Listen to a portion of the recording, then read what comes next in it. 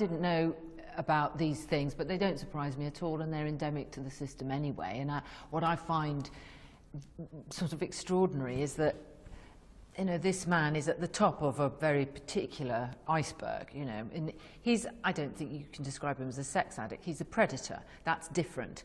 He's an actual predator. He's dangerous, and what he was doing and what he's done is actually criminal.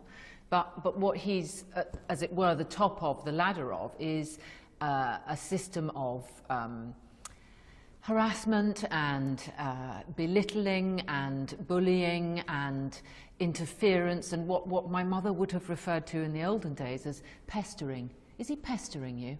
That's the word we used to use in the olden days, if you recall. This has been part of our world, women's world, since time immemorial. So what we need to start talking about is the crisis in masculinity, the crisis of extreme masculinity, which is this sort of behaviour, and the fact that it is not only okay, but it also is represented by the most powerful man in the world at the moment.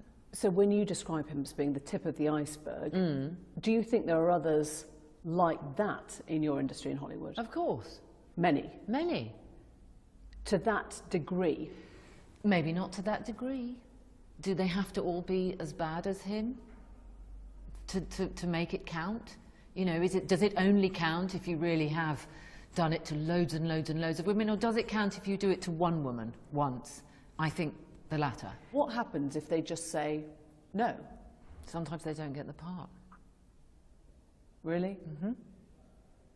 Well, unless you've got producers next to those directors who are saying, I think that one's the best one, and the director's saying, no, I think, you know, and the producer says, that's because you've slept with her.